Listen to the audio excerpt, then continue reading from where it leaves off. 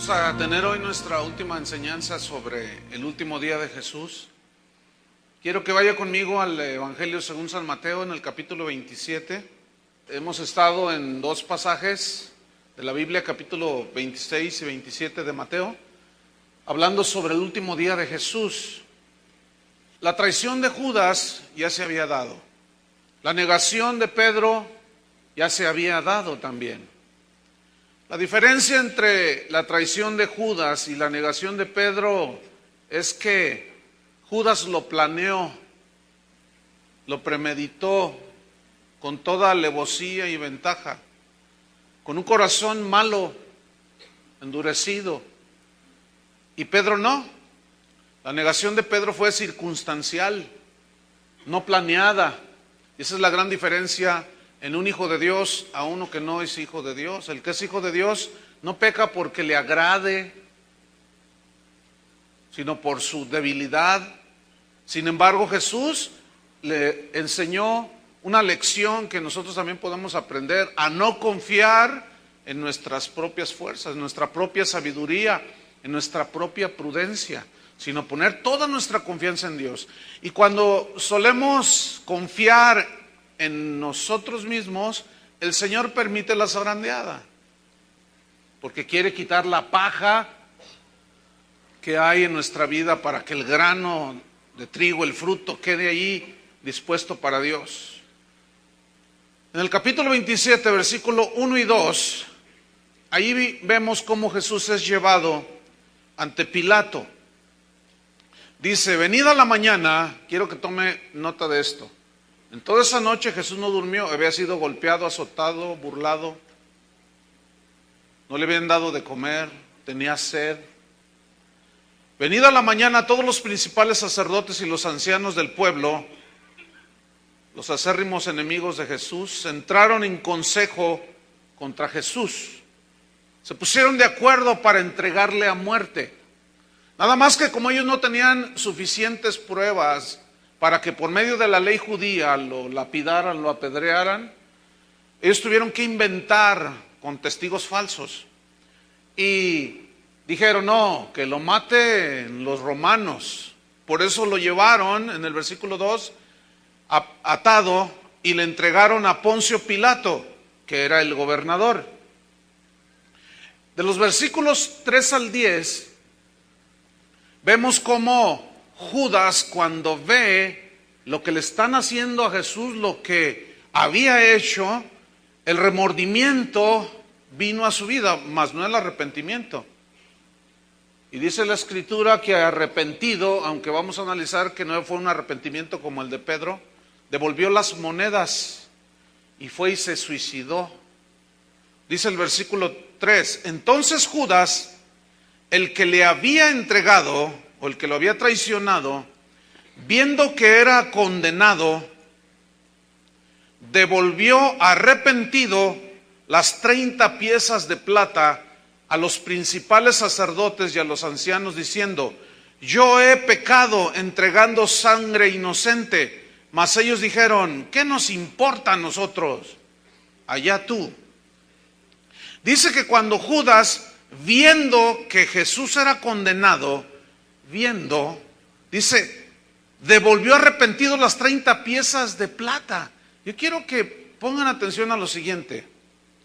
Judas, cuando miró aquello, es muy posible que haya pensado Judas que Jesús iba a escapar, porque él había sido testigo de que en múltiples ocasiones Jesús había escapado. Dijo: no, pues si cada rato se escapa, yo lo traiciono, me gano 30 monedas de plata y al rato él pasa en medio de ellos y se va y se vuelve a escapar. Por eso dice que cuando, viendo que lo habían condenado y todo lo que iban a hacer con él, dice que devolvió arrepentido las 30 piezas de plata. Y la palabra arrepentido no es metanoia. Metanoia es el arrepentimiento profundo por haber pecado. Aquí aparece otra palabra griega que es metamelomai, que es muy distinta. Es decir, que habla de una preocupación más que de un arrepentimiento. Entonces, el preocupado, así debe de leerse, Así debe de entenderse. Entonces Judas, preocupado por lo que le iban a hacer, también significa lamentarse. O sea, lamentándose y preocupado por lo que iban a hacer con Jesús, dice, no, o sea, no le salió el plan, vamos. Entonces dice que llegó con a los que le habían dado el dinero, la plata, las 30 piezas de plata, a los principales sacerdotes, y les dijo, yo he pecado. Pero ese yo he pecado era de un simple remordimiento, de una preocupación y de una lamentación por lo que él había hecho. Pero luego fíjense, él mismo se da el veredicto. En el versículo 4 dice, yo he pecado entregando sangre inocente. ¿Ven? Él sabía perfectamente, pero el plan no le salió. Qué increíble, ¿no? Mas ellos dijeron, ¿qué nos importa a nosotros? Allá tú. Esta frase, ¿qué nos importa a nosotros? Significa, si es inocente o no, ¿a nosotros qué nos importa? Ellos estaban a punto de lograr lo que por celos y envidia querían hacer desde un principio, matar a Jesús. Versículo 5. Y arrojando las piezas de plata en el templo, o sea, Judas, salió y fue y se ahorcó. Aquí el evangelista Mateo nos dice que Judas fue y se ahorcó, es decir, tomó la justicia por su propia mano. Y Pedro permitió que su falla fuese justificada por el perdón de Jesús y que su sangre limpiara su pecado. Judas no. Ahora, si pone una señal ahí y vamos a Hechos capítulo 1, versículo 18, vamos a notar que aparentemente hay una contradicción, pero para nada es una contradicción. Es un complemento de lo que sucedió con la vida de Judas. Hechos 1, 18.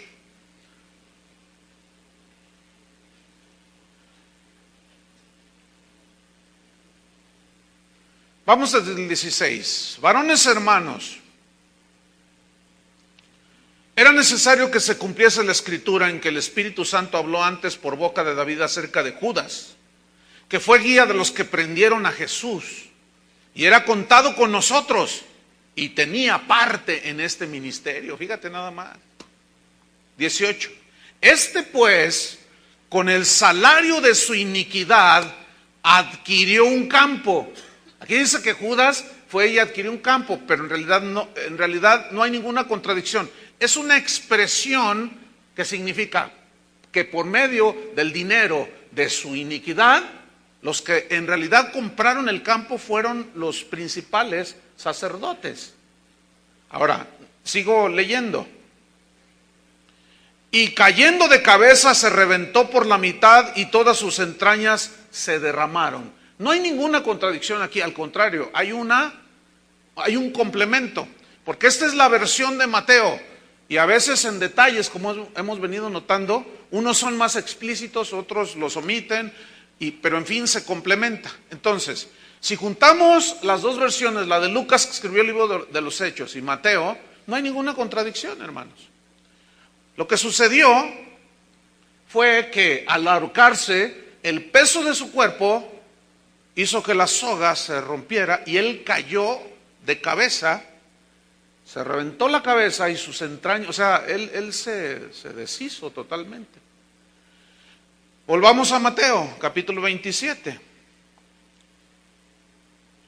versículo 6. Los principales sacerdotes, tomando las piezas de plata, dijeron: no es lícito echarlas en el tesoro de las ofrendas, porque es precio de sangre. Yo quiero que noten esto.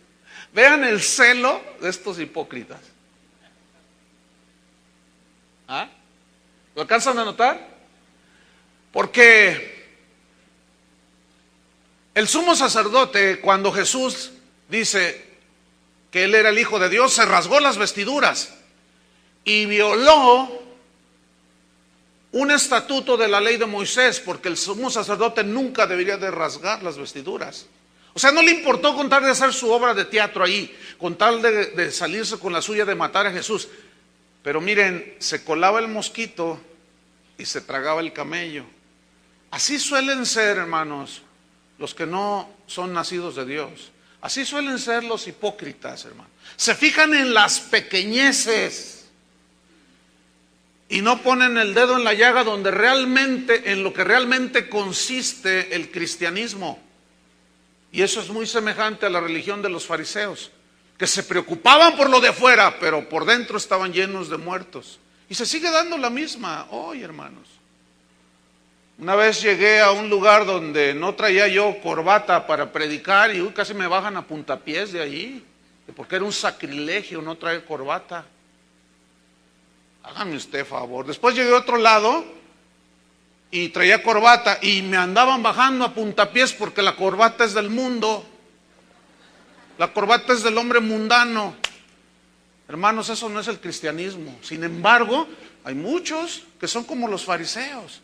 Se fijan en la corbata, se fijan en el zapato, se fijan en el traje, se fijan en el pantalón, se fijan en la falda y no se fijan en su corazón. Y Jesús está muy interesado más que nada en el corazón. ¿No es así? Bueno, seguimos leyendo.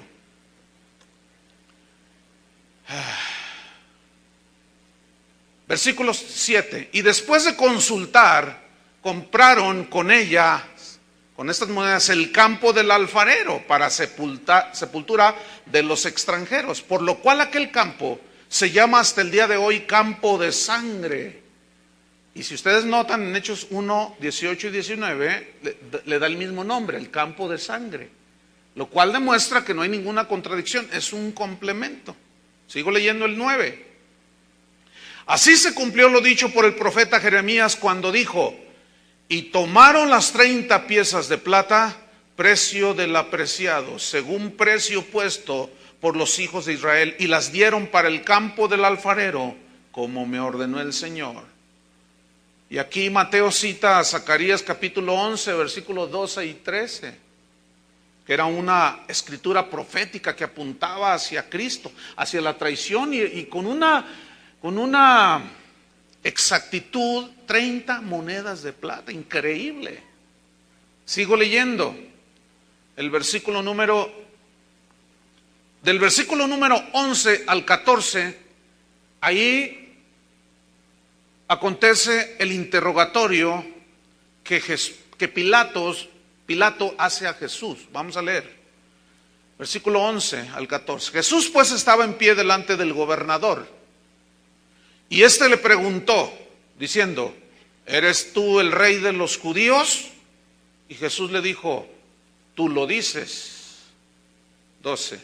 Y siendo acusado por los principales sacerdotes y por los ancianos, nada respondió. Yo quiero que traten de hacer un cuadro ahí en su imaginación, ¿no?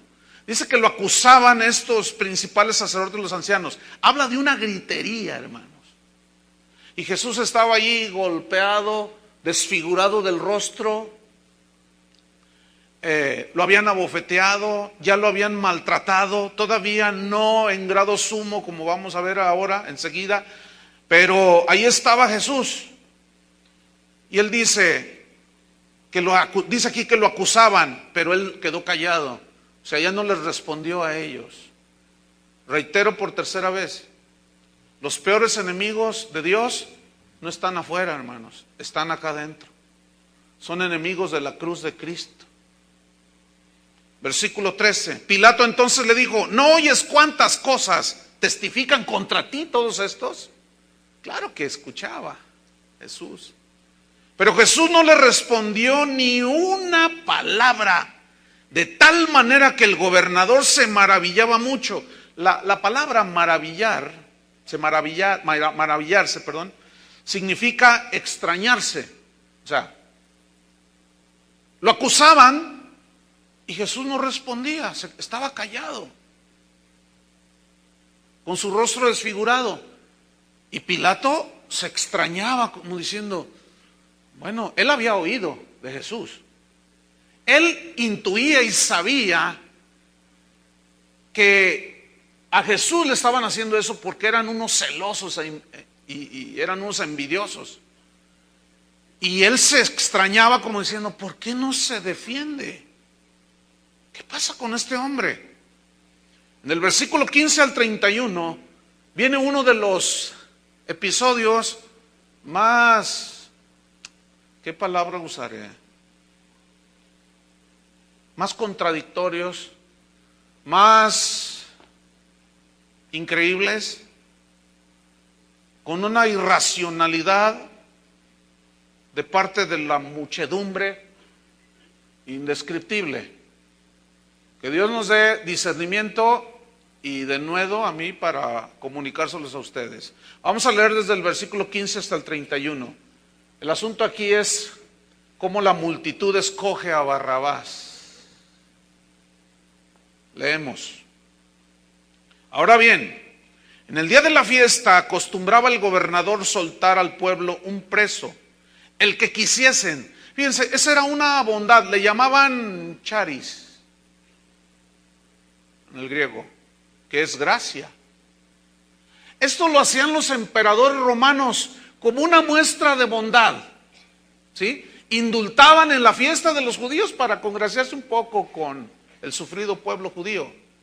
Entonces le llamaban charis, o sea, un acto de gracia hacia un condenado a muerte, y que en la fiesta pascual, en la fiesta de los panes y levadura, ellos hacían este acto de bondad con el pueblo judío.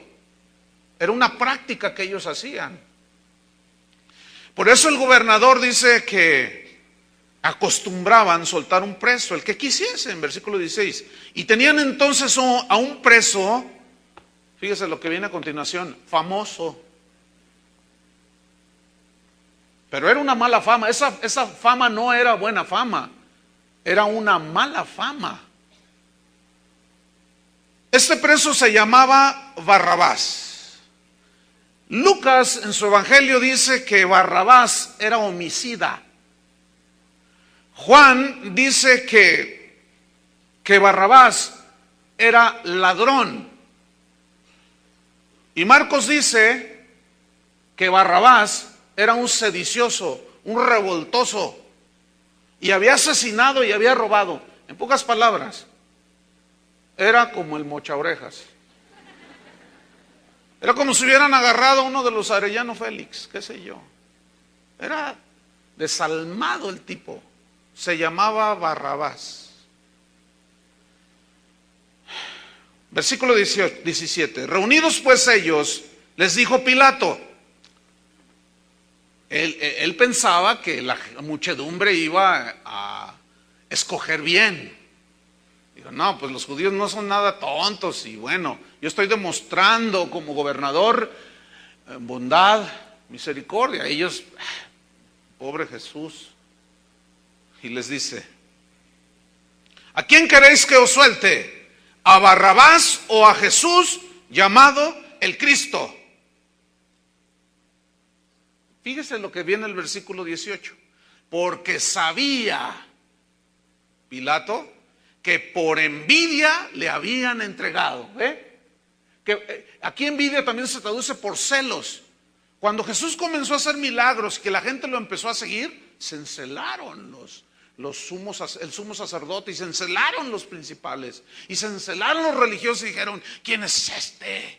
Y luego cuando escuchaban que decía que él era el pan de la vida, que era el Hijo de Dios, desgarraban las vestiduras y se ponían, ¿verdad? Cuando el pueblo de Dios, los líderes de Israel, enseñaban en las sinagogas que un día iba a llegar el Mesías, a lo suyo vino y los suyos no le recibieron. Mas a los que creen en su nombre les da potestad de ser hechos hijos de Dios. ¿A quién queréis que os suelte? ¿A Barrabás o a Jesús? Usted sabe la historia, qué fue lo que escogieron, ¿verdad? ¿A quién escogieron? A Barrabás. Y de ahí se deriva la palabra barrabasada. Sí, según el diccionario de la Real Academia Española, está ahí, barrabasada. Búsquenlo y verán.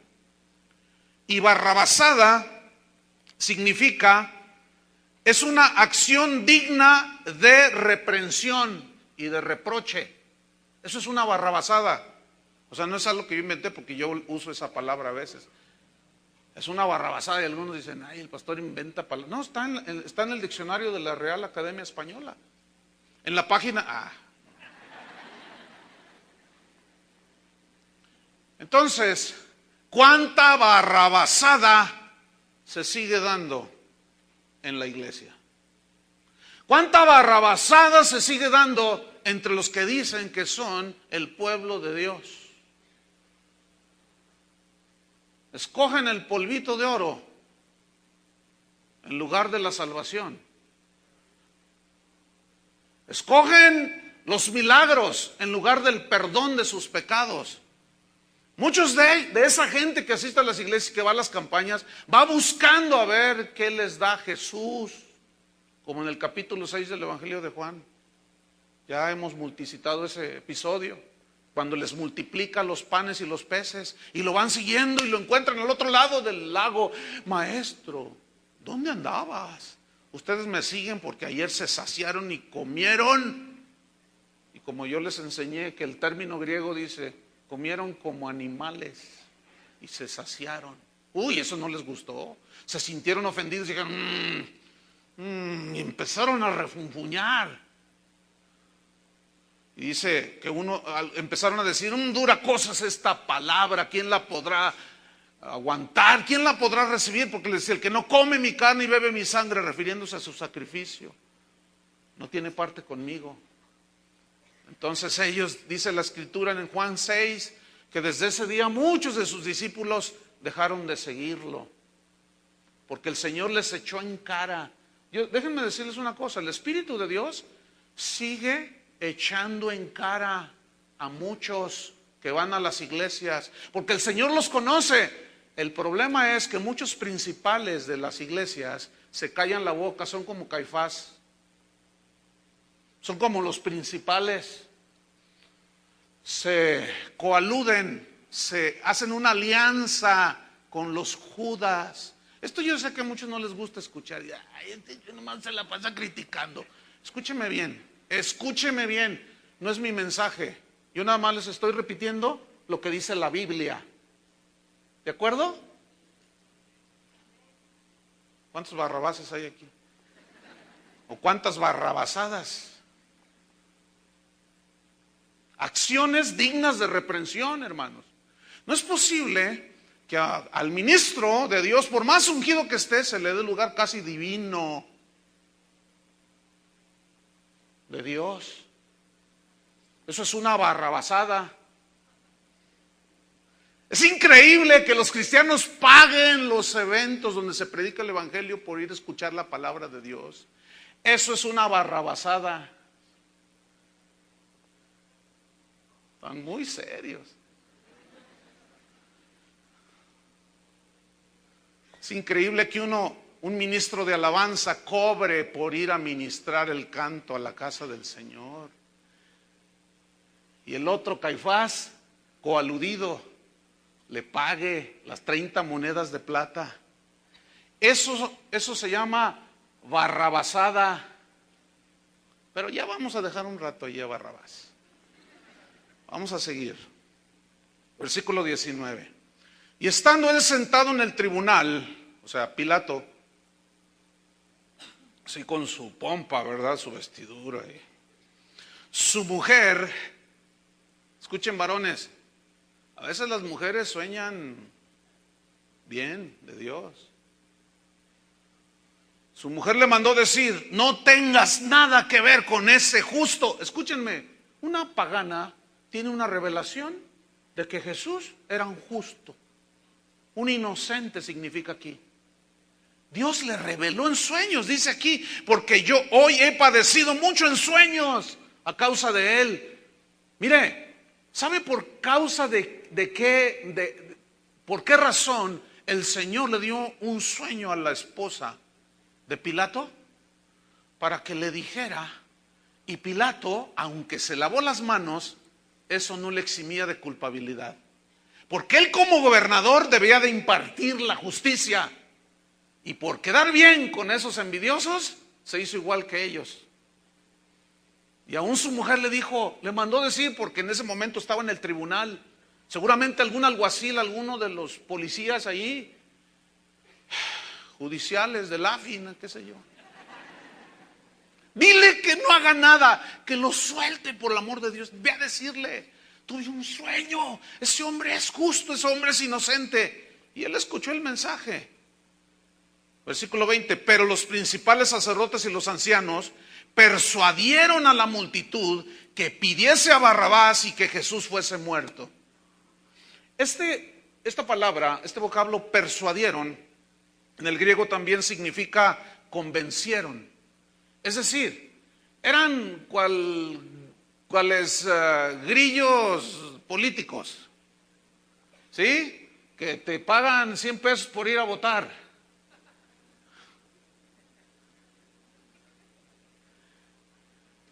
Para ganar. ¿Cómo los convencieron?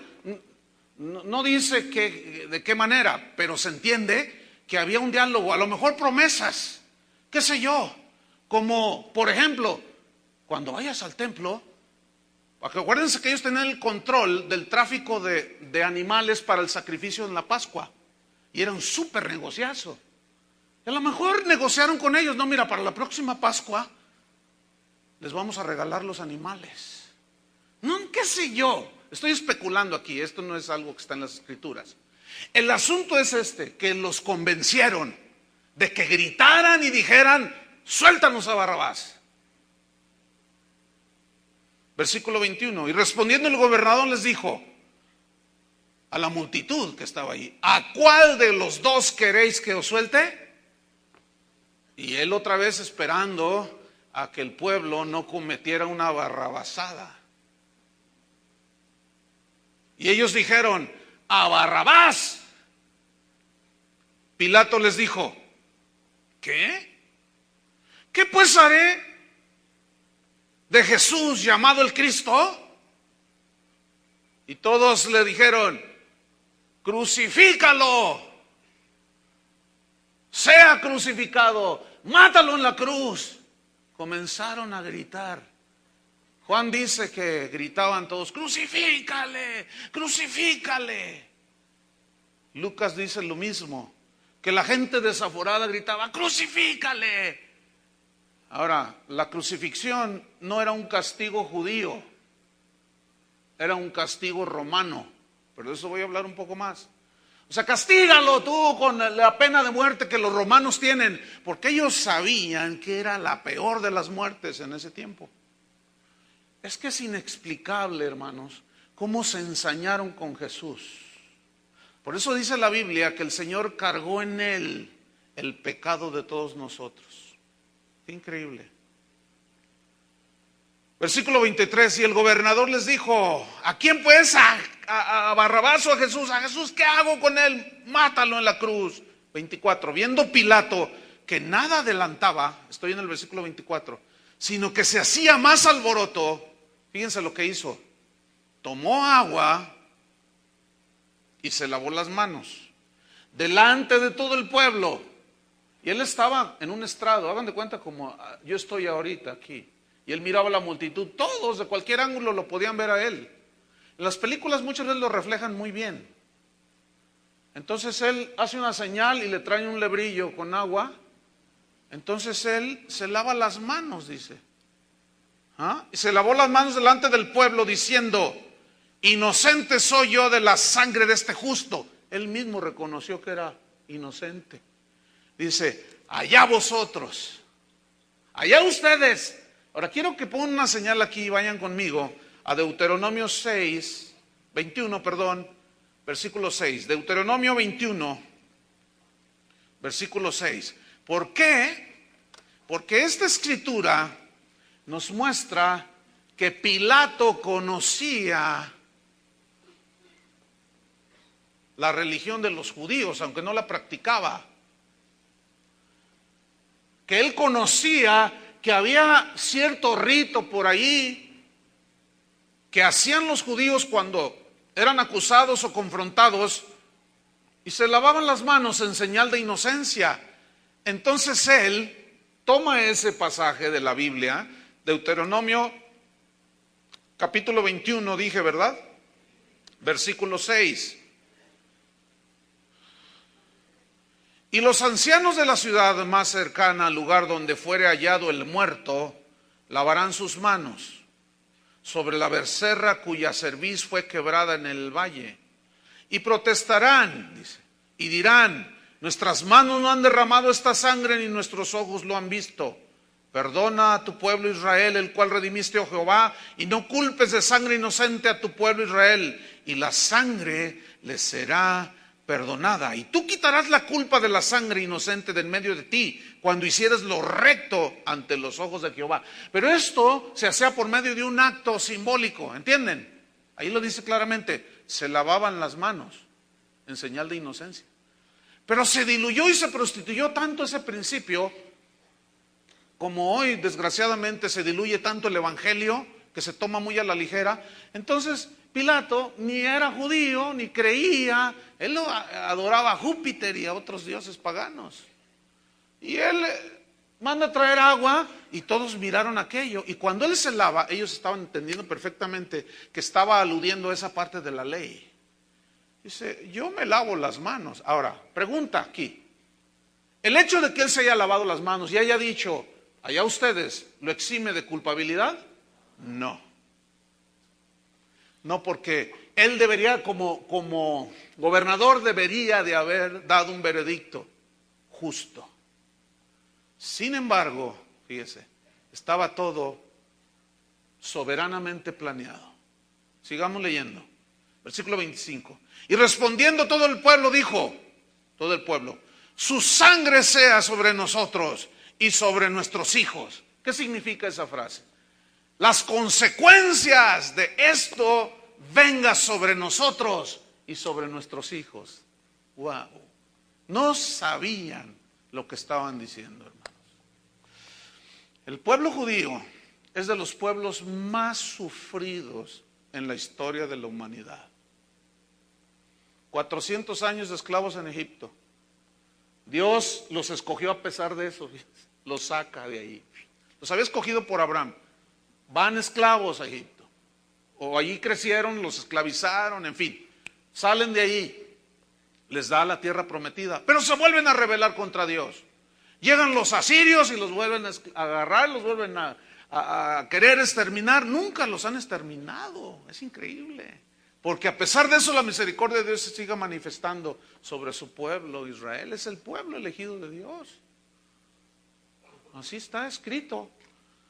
Después llegó Nabucodonosor y fueron llevados a Babilonia. Impresionante. En el año 70 después de Cristo llegó el emperador romano Tito, el general romano, y destruyó el templo del cual se enorgullecían todos aquellos judíos. Hoy solamente queda una pared que le llaman el muro de los lamentos, es lo único que queda. Y siguió la historia corriendo y llegamos a la Segunda Guerra Mundial. 6 millones de judíos. ¿Han visto las películas? Exterminados. Quería Hitler exterminar con la raza judía, pero no pudo. ¿Por qué? Porque no está en el plan de Dios. En España, hermanos, los judíos fueron echados y maldecidos. Ahora, aquel que se levanta contra el pueblo de Israel, viene también una consecuencia. Pero no voy a hablar mucho de eso ahora en este caso. Lo único que quiero enfatizar es esto. Si ellos hubieran sabido lo que estaban diciendo, las consecuencias de su muerte sea sobre nosotros. Es gente que ahora ya desde el 1948, en el siglo pasado, ya Israel ya está otra vez como nación, pero no tienen paz. Es guerra tras guerra, tras guerra, tras guerra, tras guerra, tras guerra. Y por culpa de ellos nunca he podido ir a Israel, fíjense. 3, 4 veces ya teniendo los boletos, hermano. Digo, al fin voy a conocer el huerto de Getsemaní. Al fin voy a conocer la tumba vacía de Jesús. Pues será interesante, ¿no? Y empiezan a caer bombas. Empiezan a cancelar todo. Ay, qué impresionante. Su sangre sea sobre nosotros, no soy sobre nuestros hijos. Versículo 26. Entonces le soltó a Barrabás, dice, y habiendo azotado a Jesús, le entregó para ser sacrificado. Ponga atención. Aquí leemos tal vez muy superficialmente, habiendo azotado a Jesús. Pero en el griego es un exceso de azotes. El castigo judío eran 40 azotes menos 1, 39. Pero los romanos no tenían la ley de Dios. Y ellos no azotaban con 39 azotes. Ellos se ensañaron con Jesús, hermano. Los azotes, esa golpiza que recibió Jesús fue extrema. Versículo 27. Entonces los soldados del gobernador llevaron a Jesús al pretorio y reunieron alrededor de él a toda la compañía. Y desnudándole le echaron encima un manto escarlata. Este color escarlata era el que usaban los reyes, los gobernadores, las eminencias. Y pusieron sobre su cabeza una corona tejida de espinas. Y los reyes usan coronas. Lo que estaban haciendo era burlarse de él, hermano. Y una caña en su mano derecha. O sea, como un cetro, que simbolizaba un cetro. E hincando la rodilla delante de él, le escarnecían, significa se burlaban de él. Diciendo, salve rey de los judíos. ¡Ah, qué alegría tener enfrente de nosotros al rey de los judíos! Dice otro de los evangelios que los judíos se enojaban. Decían, no digas que es rey. Cuando lo crucificaron, que pusieron un letrero, ¿se acuerdan? Unos fueron a reclamar, no digas eso, que ya lo escrito, lo que está escrito está ya, no vamos a cambiar. De una manera soberana quedó escrita allí. Versículo 30. Y escupiendo le tomaban la caña y le golpeaban en la cabeza. ¿Se acuerda? Esta es la segunda golpiza que lleva, hermano. La primera se la dieron los principales de las sinagogas, los sacerdotes, avalados por Caifás y por el suegro de él llamado Anás, que era el capo de toda esa banda de maleantes. Versículo 31. Después de haberle escarnecido, o sea, después de haberse burlado, le quitaron el manto escarlata, porque aparte de eso era de valor. Se lo quitaron. Y le pusieron sus vestidos y le llevaron para crucificarle. Bien. Del versículo 32 al 54, ahí encontramos la descripción de la crucifixión de Jesús. La hora había llegado. Vamos a leer. Versículo 32. Cuando salían, hallaron a un hombre de Cirene que se llamaba Simón. A este obligaron a que llevase la cruz. Más adelante voy a dar una explicación, una descripción de cómo era la crucifixión, aún antes de Cristo. Dice que lo obligaron a que llevase la cruz. ¿Por qué lo obligaron? Ahorita yo les voy a explicar en un contexto histórico. Y cuando llegaron a un lugar llamado Gólgota, que significa lugar de la calavera, le dieron a beber vinagre mezclado con hiel, pero después de haberlo probado, no quiso beberlo.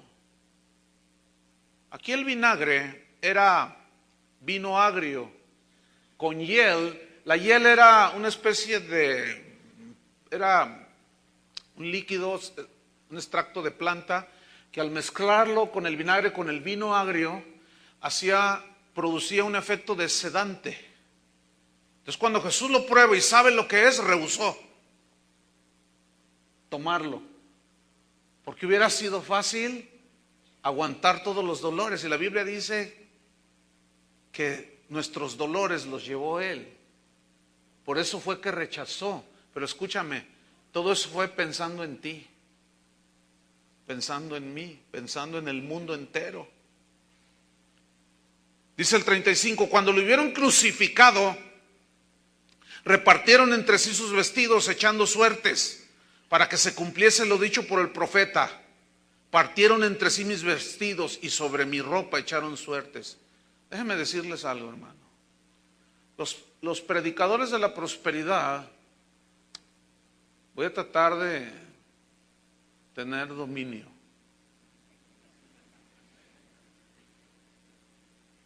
Pero los predicadores de la prosperidad son tan... ¿Sí entienden lo que significa desgraciados?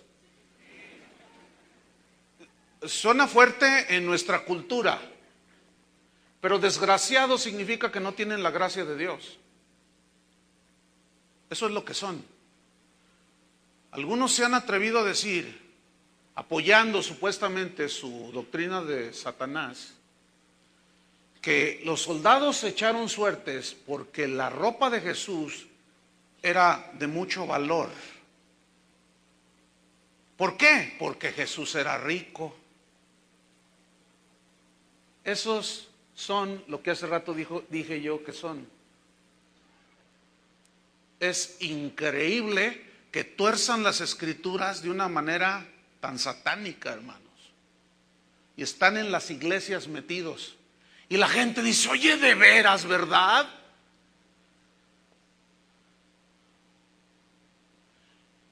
Uno de esos predicadores que parece emo en su peinado, dice que esa vestidura de Jesús equivalía a traer un traje Hugo Boss. Dije que trataré de dominarme. Maldecirlos no, jamás, aunque ellos maldicen. Todos los que nos ataquen, la maldición de Dios invoco sobre de ustedes, te dicen a los que no creen lo que ellos hablan. O sea, ellos nos maldicen a nosotros no los maldecimos. Nada más los ubicamos. Pero esa es una de las burlas más burdas que hay, hermanos. ¿Ustedes creen que Jesús traía un traje Hugo Boss? Para que luego estos degenerados dijeran eso. Ya mejor les sigo. Versículo 36. Y sentados le guardaban ahí, y pusieron sobre su cabeza su causa escrita: este es Jesús, el Rey de los judíos. O sea, un letrero. 38. Entonces crucificaron con él a dos ladrones, uno a la derecha y otro a su izquierda. Y los que pasaban le injuriaban meneando la cabeza y diciendo: tú que derribas el templo y en 3 días lo reedificas, sálvate a ti mismo. Si eres hijo de Dios, desciende de la cruz. Todos esos eran burlas. Cuando Pedro sacó la espada y le cortó la oreja a Malco, Jesús le dijo: guárdala. ¿Qué no sabes que yo puedo orar a mi Padre y Él me puede dar 72,000 ángeles? ¿Podía haber bajado de la cruz? Si voluntariamente Él se subió a la cruz, hermanos. Y Él no hizo caso a los escarnios de la gente, ni a las burlas. Él siguió rumbo a la meta que el Padre le había trazado. Versículo 41. De esta manera también los principales sacerdotes, escarneciéndole con los escribas y los fariseos y los ancianos, decían: a otro salvó. Pero este era un tono irónico de burla, sarcástico. Así mismo no se puede salvar. Si es el Rey de Israel, descienda ahora de la cruz y creeremos en Él. Miren, aunque se hubiera descendido, no hubieran creído. Así es el corazón endurecido, hermanos. Y el clásico ejemplo es el de Judas. Él vio todo y nunca se convirtió. 43. Le gritaban: confío en Dios, líbrele ahora si Él quiere, porque ha dicho: soy hijo de Dios. Lo mismo le injuriaban también los ladrones que estaban crucificados con Él. ¿Notan que dice que los dos ladrones injuriaban? Pero después Juan dice, mientras se desarrolla la historia o el suceso, dice que uno de los ladrones dijo: Ya cállate, le dijo al otro. Tú y yo merecemos en donde estamos, pero este justo no. Y le dice, Señor, acuérdate de mí cuando vengas en tu reino. ¿Qué sucedió con ese? Aquí todavía no se arrepentía ese ladrón, no hay contradicción. Mire, mucha gente se burla de los cristianos y de la Biblia porque dice, aquí dice que los dos se burlaban y otro dice que se arrepintió. Se contradicen. Pero no, le voy a poner un ejemplo. Hay un accidente, hay un suceso que causa una noticia y llegan los de Televisa, llegan los de TV Azteca, llegan los de Telemundo, llegan los de la BBC de Londres. Unos llegan a una hora, otros llegan a otra hora y empiezan a preguntar, a investigar. A algunos les toca ver algunas cosas así en vivo. Entonces escribe, usted lee el mismo suceso en los distintos diarios y usted se va a dar cuenta que es el mismo suceso, pero con detalles diferentes. ¿Qué hace un juez para dar una sentencia? Toma todos los elementos, no solo una versión. Él necesita pruebas. Entonces junta todo. Y eso es lo que nosotros debemos hacer con los evangelios en cuanto a la muerte de Jesús y muchas otras cosas. Sigo leyendo. ¿En cuál versículo estoy? 45. Y desde la hora sexta hubo tinieblas sobre toda la tierra hasta la hora novena. Cerca de la hora novena, Jesús clamó a gran voz diciendo, esto fue en arameo, Elí, Elí, lama sabactani. Esto es, o sea, traducido es, Dios mío, ¿por qué me has desamparado? Ya no puedo explicar lo que expliqué en la mañana acerca de este punto. Que la agonía de Jesús cuando sudó grandes gotas de sangre no era por el temor de subir a la cruz, sino era por este momento donde el rostro de Dios iba a apartar de él, porque en ese momento el pecado de todo el mundo estaba siendo llevado en el cuerpo de Jesús. Esto era lo que le provocaba a Jesús aquella angustia, porque él sabía, fíjate nada más, solo unas cuantas horas, unos momentos en comparación con la eternidad. Cuando él dijo, Padre, Dios mío, ¿por qué me has abandonado? Lo dijo como hombre, en su humanidad. Su divinidad quedó totalmente intacta, hermanos. Versículo 47. Algunos de los que estaban ahí decían al oírlo, a Elías llama a este. ¿Ve cómo la gente entiende lo que quiere? A veces, mire, yo trato de ser muy explícito cuando enseño. Y trato de hacerlo punto y coma, y aún así me salen con cada cosa. Y yo digo, yo no dije esto. No, ¿cómo no? Usted lo dijo y aquí tengo el disco. A ver, vamos a ver. Y bueno, dije eso, pero en el contexto. Bueno, pues yo pensé que. De veras, la gente entiende lo que quiere. Y ahí está otra prueba más. A este está llamando Elías, decían estos despistados. Versículo 48. Y al instante corriendo uno de ellos tomó una esponja. Tomen en cuenta todos estos detalles porque a continuación voy a hacer una descripción de la crucifixión. Y va a cobrar mucho sentido, hermanos. Van a ver. Tomó una esponja y la empapó de vinagre, poniéndola en una caña y le dio a beber. Pero otros decían, deja, veamos si viene Elías a librarle. En otros de los evangelios dice que cuando le dieron, ahora aquí, vinagre, solamente en vinagre, dice que sí lo bebió. Y el vinagre era el vino agrio, que era la bebida de los obreros, de los pobres, que los pobres usaban para aplacar la sed. Y esa sí la tomó, fíjense.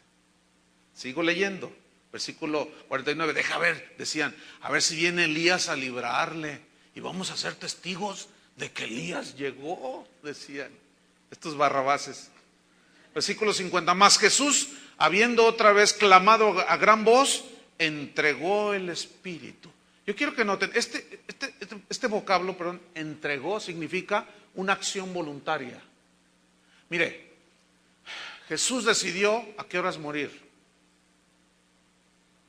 Porque había crucificados que tardaban hasta 3 días, de 3 a 4 días en morir.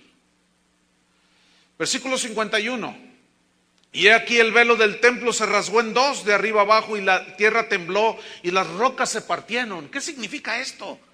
Que el velo del templo se rasgó. Acuérdense que en el templo estaba el lugar santo y había una tela gruesa que separaba el lugar santo donde el sacerdote se movía, donde había los elementos que simbolizaban a Cristo.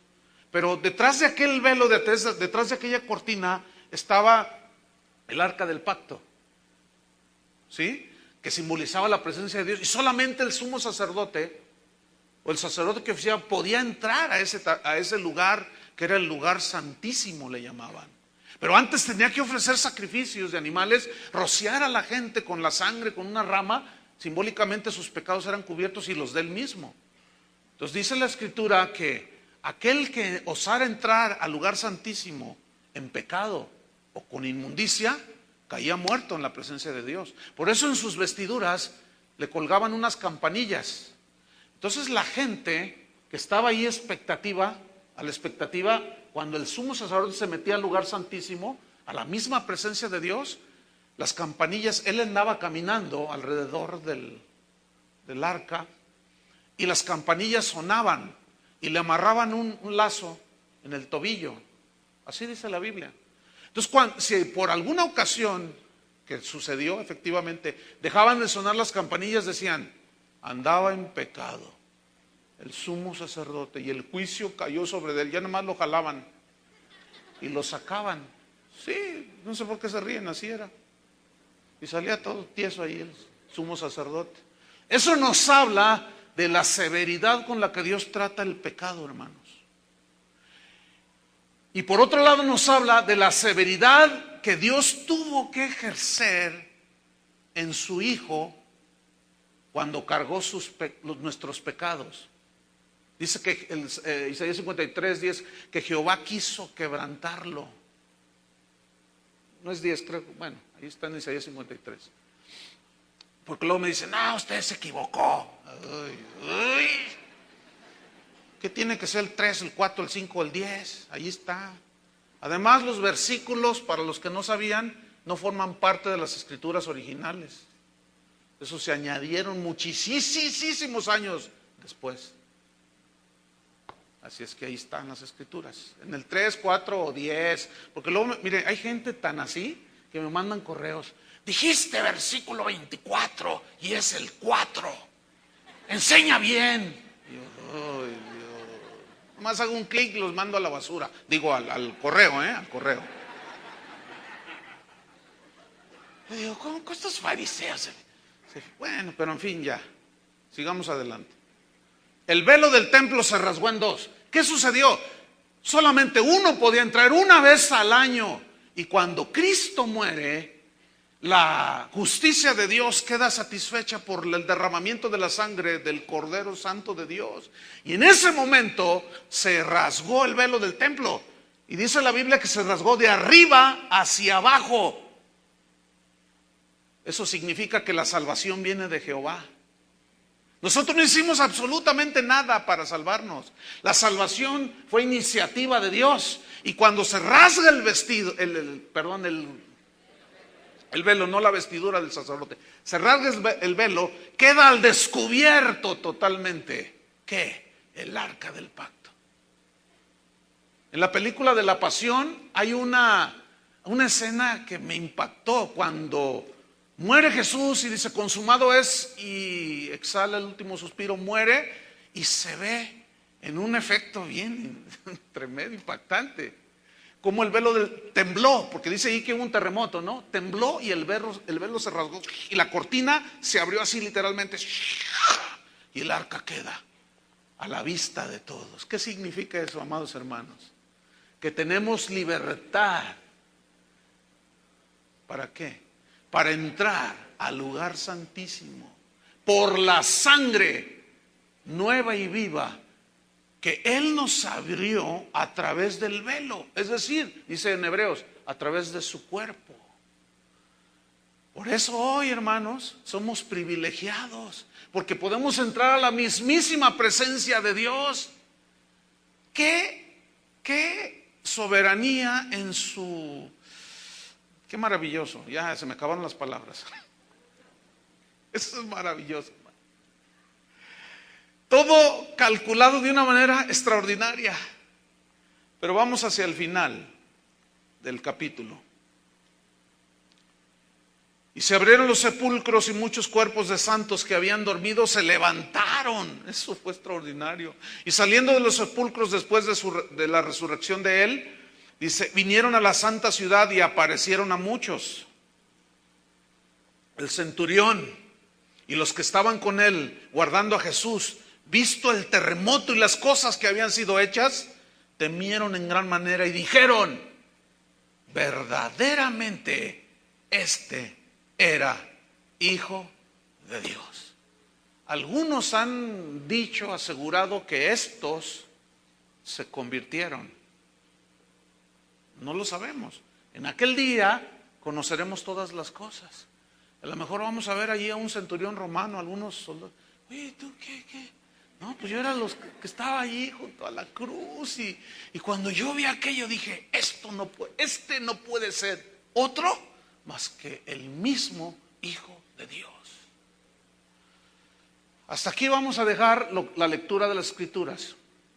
Ahora, déjeme darle una descripción de la crucifixión de Jesús, pero esto desde un punto de vista, de un contexto histórico, ¿sí?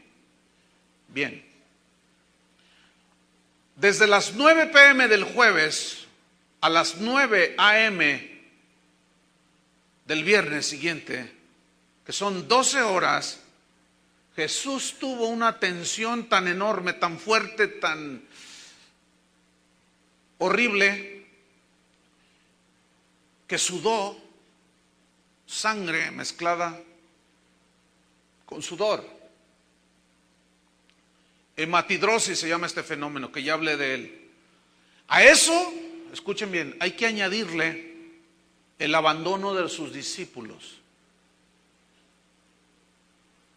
A eso hay que añadirle que Jesús enfrentó los dos juicios, porque fueron dos: desvelado, golpeado. Le habían puesto una corona de espinas que traspasó el cráneo, hermanos. Su rostro estaba totalmente deforme. Y cuando Pilato lo azotó, fue de esta manera, que voy a narrar a continuación. Eso se llamaba flagelación.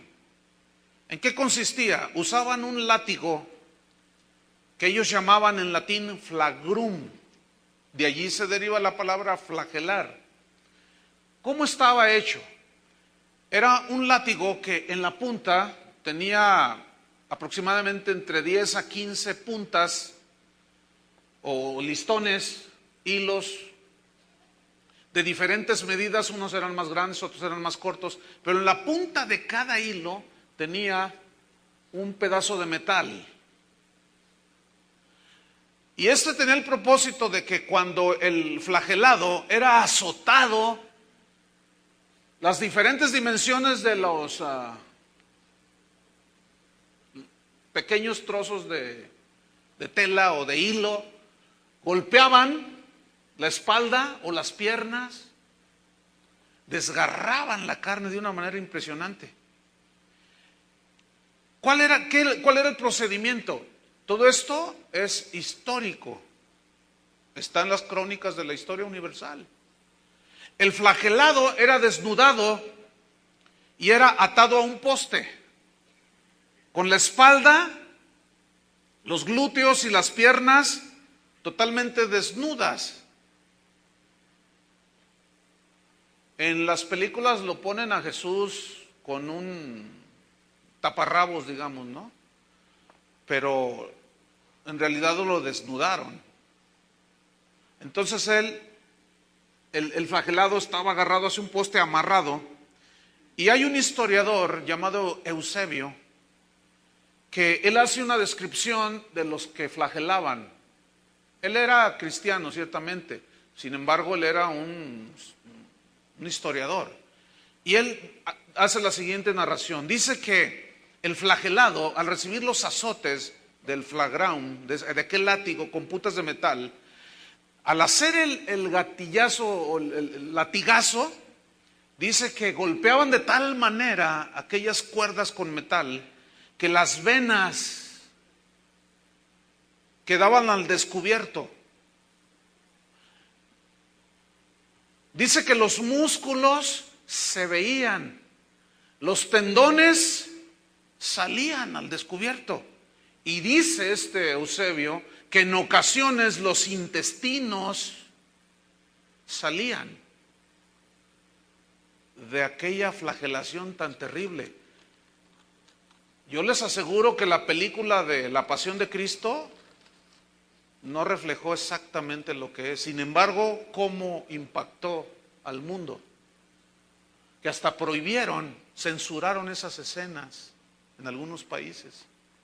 Pero la realidad es otra totalmente, hermanos. Dice este Eusebio que el dolor era indescriptible. Dice que dejaban al borde de la muerte, del shock, a la víctima, toda choqueada, así, era una cosa horrible. Y la Biblia asegura que Jesús fue severamente flagelado, hermanos. Dice Eusebio que las consecuencias de todo ese sufrimiento y esa flagelación producía vértigos, calambres, producía una sed espantosa por la deshidratación, los líquidos que salían. Dice que el flagelado entraba en una desesperación por el sufrimiento, era un temblor que tenían, pero también narra este historiador que la fiebre comenzaba a ser presa del flagelado. Luego sigue narrando que el polvo que había en aquel tiempo, en aquellos tiempos no había pavimentos, el polvo entraba en las heridas y eso causaba que la inflamación de la carne desgarrada,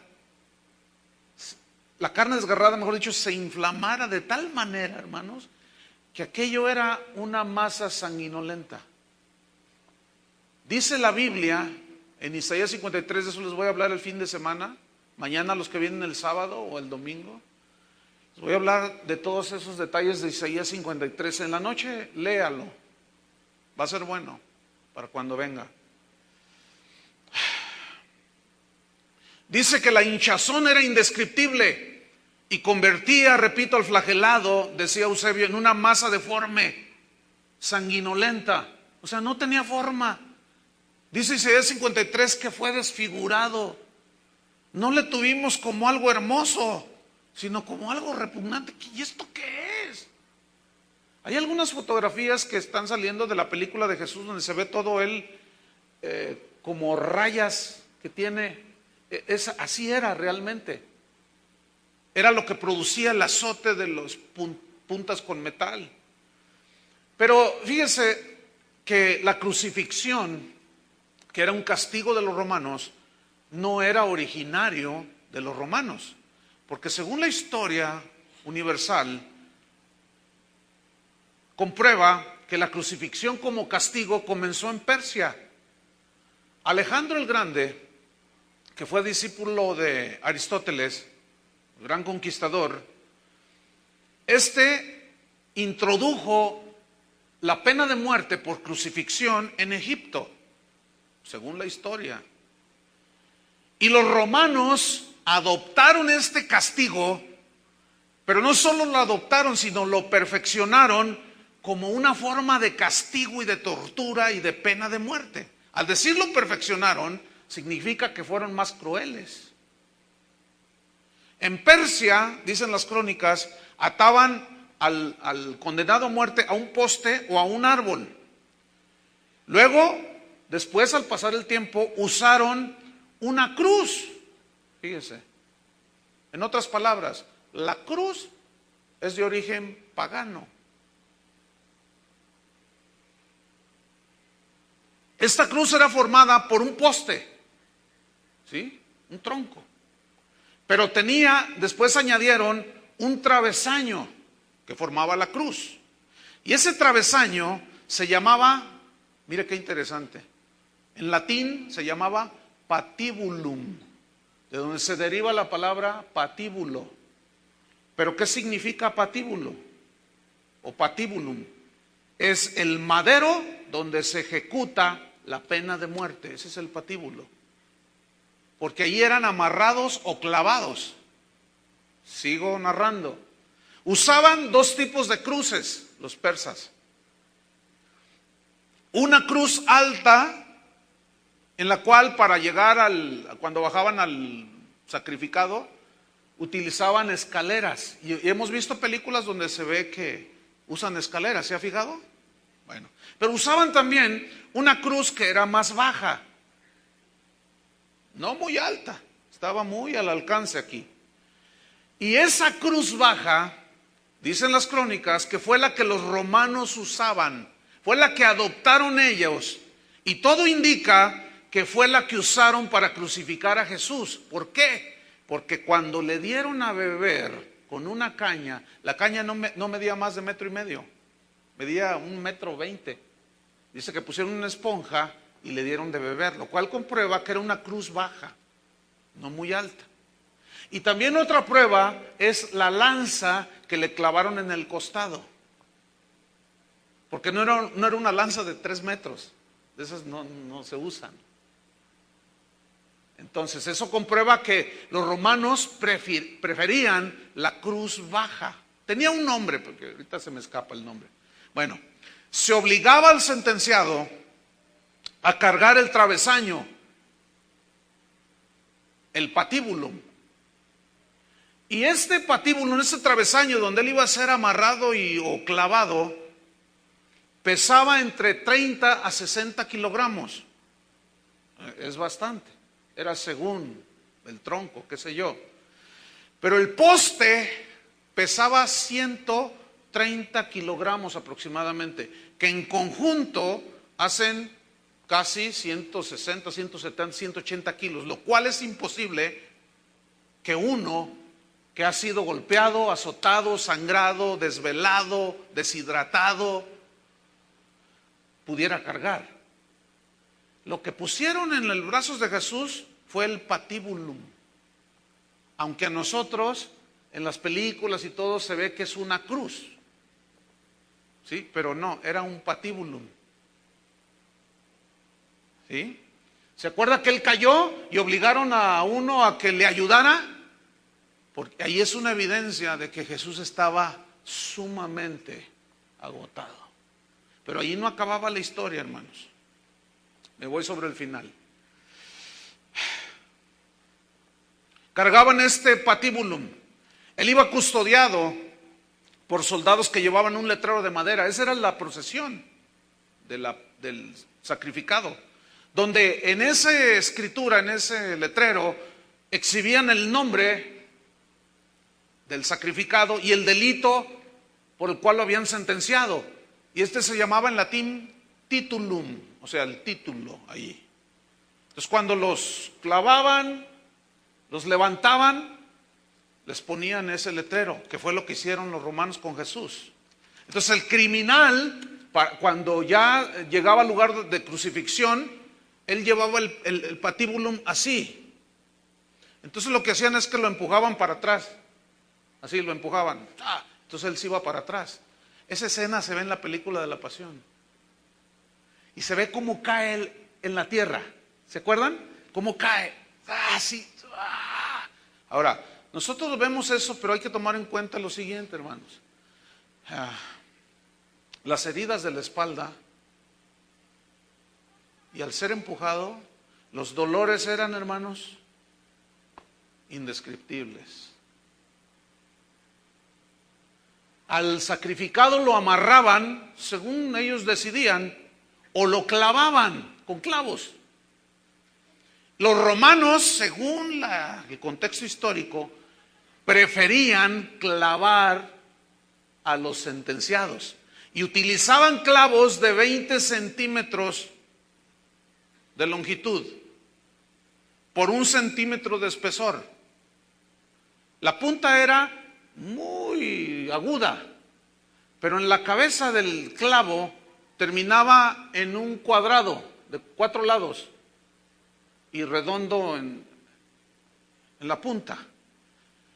Y cuando clavaban al sacrificado, utilizaban una pequeña tabla, madera, y lo clavaban al crucificado para que amacizara mejor. Ahora, los pies, aquí hay un detalle que quiero yo resaltar. Cuando los clavaban, usualmente nosotros siempre hemos aludido o entendido que los clavaban en la palma de la mano, en las palmas de las manos. Y aparentemente hay una contradicción aquí de nuevo, porque hay pruebas arqueológicas de crucificados que son del tiempo de Jesús, están en los museos, y todos, sin excepción, están clavados en la muñeca, aquí en esta parte. Porque si los clavan en las palmas de las manos, cuando el cuerpo está colgado, no aguanta y se desgarra. Porque esto es son cartílagos, aquí es muy frágil. Pero aquí no. Ahora, ¿habrá contradicción? No. Porque resulta que en los tiempos de Jesús, en aquellos tiempos, la muñeca era parte de la mano. ¿Entiende? Entonces cuando dice Jesús, cuando se le aparece a Tomás, dice, mete tus manos, tu dedo en mis llagas. Y siempre hemos visto los dibujos que es aquí, pero es erróneo. En realidad, los clavos fueron aquí, en las manos, según el contexto cultural de aquel tiempo, pero era en la muñeca. Y eso está comprobado. Inclusive yo vi un programa en el Discovery Channel el año pasado de cómo así era eso. A mí me llamó la atención y me puse a estudiar. Yo tenía tantas ganas de compartir esto con ustedes, hermanos, desde hace mucho tiempo. Porque hay muchos detalles muy interesantes y que nos traen entendimiento y revelación. No sé si así les ha sucedido. Bueno, entonces no había una contradicción. Pero los pies eran clavados también, en el poste había una madera, una especie de escalón, y allí apoyaban al crucificado, y así con los pies, no sé si se alcance a ver, el clavo lo metían aquí. Y también era un clavo un poco más grande que traspasaba y unía el escalón con otra tabla para fijar. Sin embargo, el crucificado podía mover sus rodillas. Estaban un poco flexibles. Ahora, fíjese bien. Cada respiro que provocaba dolores indescriptibles. ¿Alguna vez has tenido alguna lesión, alguna cortado algo que te roza la ropa y ay? Yo quiero que imaginen un poco, hermanos, la agonía de Jesús, que era lenta. La deshidratación debilitaba totalmente al crucificado, dicen las crónicas. Por ley se le daba al crucificado un trago de vinagre, que era el sedante que Jesús rechazó. Era una ley, como un acto de misericordia, vamos. Pero él lo rechazó. Rápidamente, Marcos capítulo 15. Marcos 15, versículo número 42. Marcos 15, 42.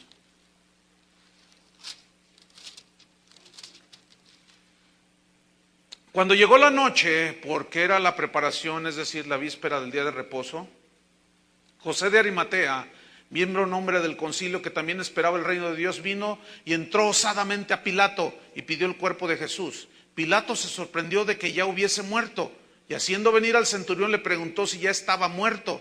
E informado por el centurión dio el cuerpo a José. Esto habla de que Jesús efectivamente murió, hermanos, porque en Juan, ya no lo vamos a leer, pues usted conoce la historia, en el capítulo 19, Dice que a los sacrificados llegaba un momento en que era tal agonía, ya pasaban las horas, y como la ley decía que un colgado sentenciado a muerte en un madero era maldito, no podía estar colgado en la cruz el día sábado. Entonces lo que hacían los romanos, por congraciarse un poco con los judíos, les quebraban las piernas, para que al hacer esto los golpeaban abajo de la rodilla, pero con tal fuerza, con un mazo, y eso habla de que la cruz era más baja.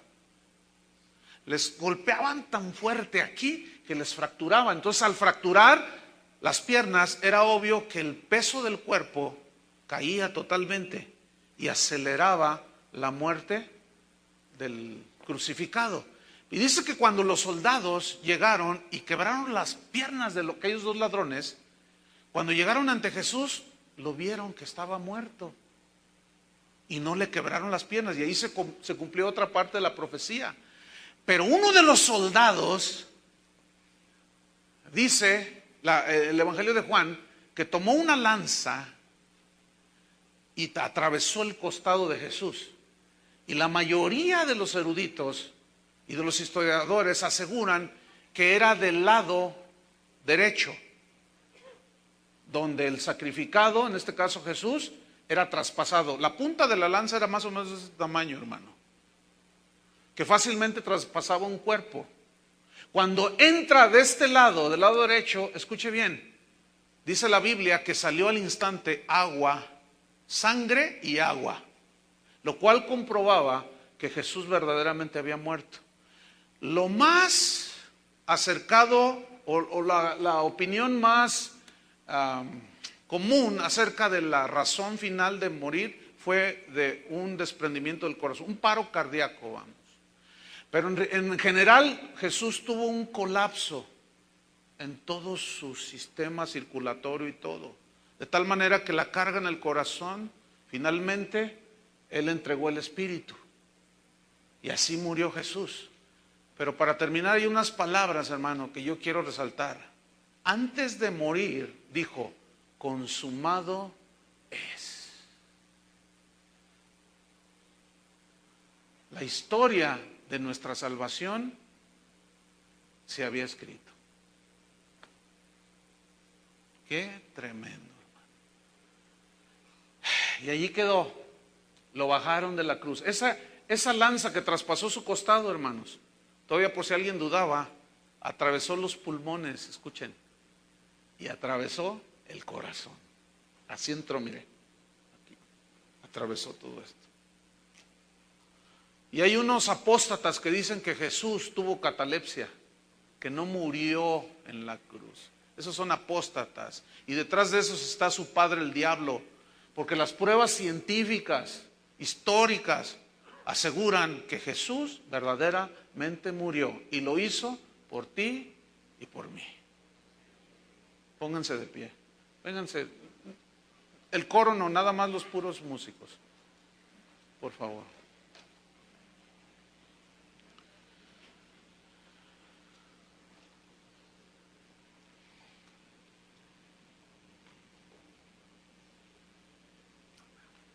Gracias, Señor. Cierra tus ojos.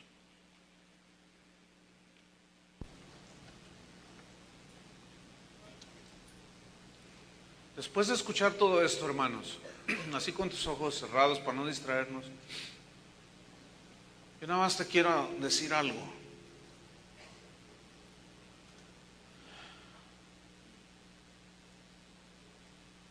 Todo lo que sufrió Jesús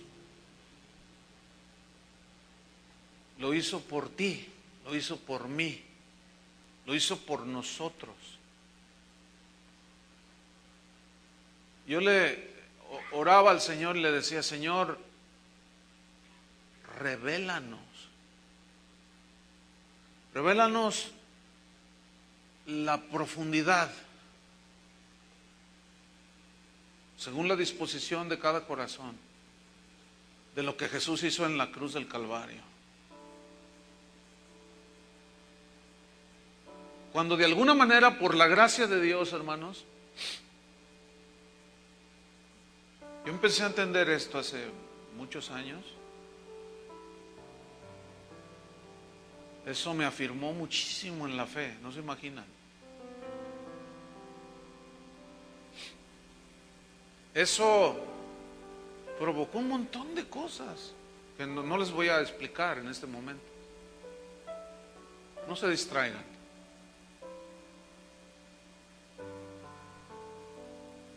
Y yo entiendo que solamente por gracia de Dios Él revela a los que Él quiere, pero Él necesita un verdadero arrepentimiento. Algunos pueden tener un entendimiento puramente intelectual y se quedaron como Judas. No, esto nos debe llevar, hermanos, a un arrepentimiento profundo para aquellos que creen que son cristianos, pero siguen de adúlteros, siguen de ladrones. Su vida no ha cambiado, pero van a la iglesia. No nos engañemos más, hermanos. Este es el evangelio de Jesucristo. Jesucristo no fue ningún actor. Jesucristo no fue ningún engañador, hermanos. Jesucristo no se burló de nosotros en la cruz, aunque se burlaron de Él. Y muchos en las iglesias se siguen burlando de Jesús. Tienen por inmunda la sangre de Cristo. Pisotean su sangre, haciendo el altar de Dios un circo de 3 pistas. Pero darán cuenta. Algunos de ellos son desalmados. Estoy hablando de los de hoy, de los de hoy. Algunos de ellos son engendros de su padre, que no es Dios. Pero ¿saben qué es lo más triste? Que las ovejas, la gente los sigue. Por eso yo oraba al Señor, le decía: Señor, que los que escuchen aquí en este auditorio y los que escuchen por internet, que sus vidas no están consagradas, que andan ahí jugándole de una vez. Tal vez para algunos sea la última oportunidad. Si después de esto que has escuchado tú sigues igual, ya no hay más sacrificio por los pecados. Ya no hay. A eso se refiere Hebreos. No queda más sacrificio que hacer. Cristo no puede ser sacrificado 2 veces. Fue una sola vez para siempre. Levanta tus manos al Señor. Y lo que tengas que hacer, hazlo.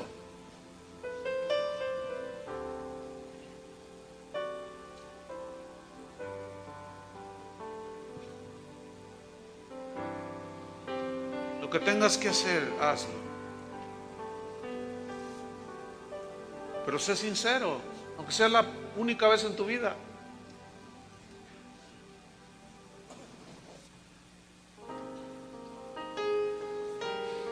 Gracias, Señor.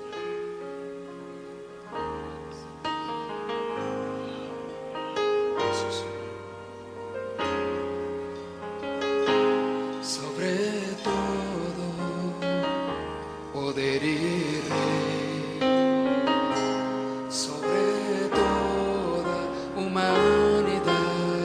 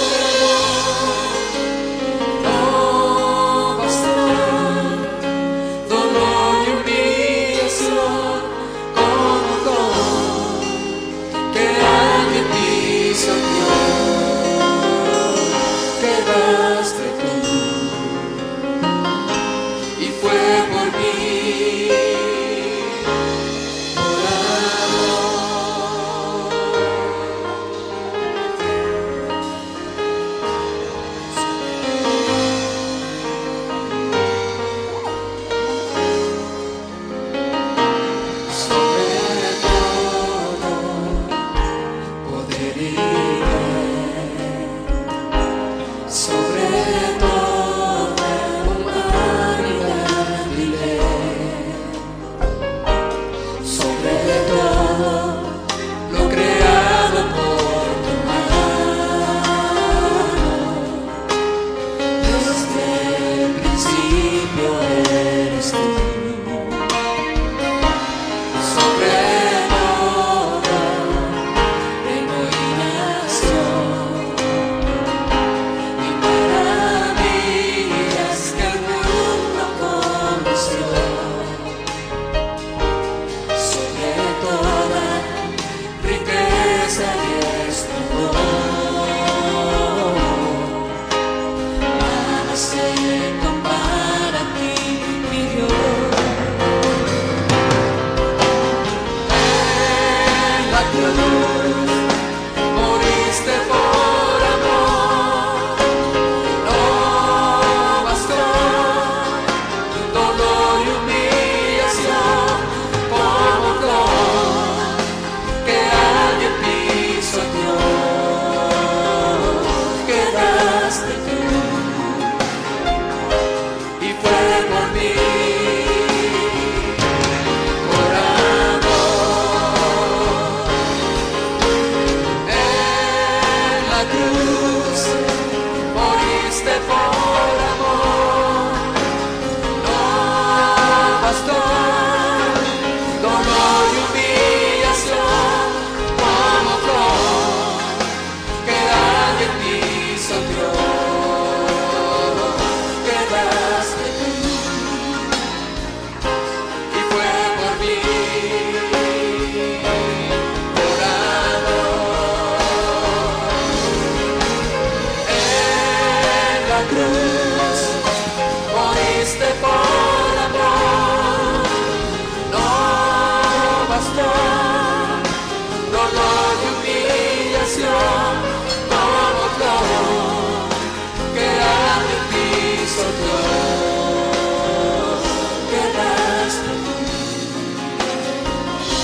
y fue por mí, por amor.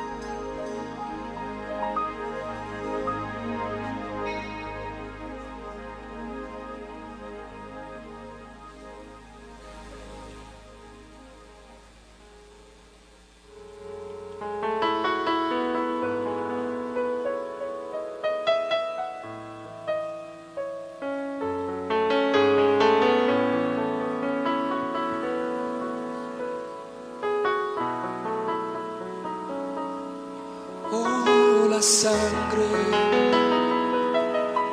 preciosa sangre que derramó mi Redentor, me limpia, me ha restaurado y todo pecado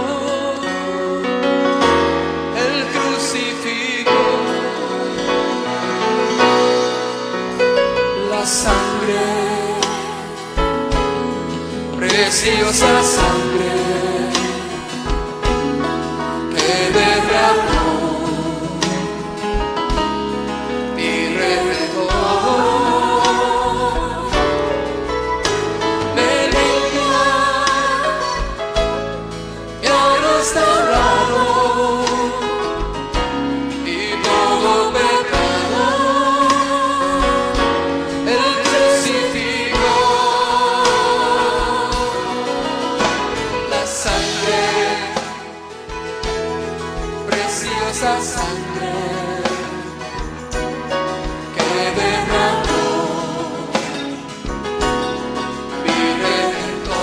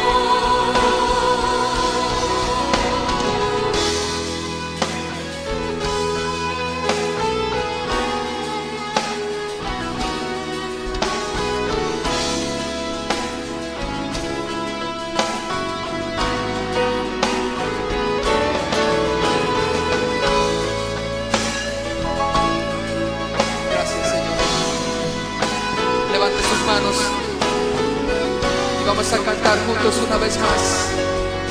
La sangre, preciosa sangre. Oh, la sangre, preciosa sangre que derramó mi redentor. Me limpia, me ha restaurado y todo pecado Él crucificó. Una vez más, la sangre, preciosa sangre que derramó mi redentor. Me limpia, me ha restaurado y todo pecado Él crucificó.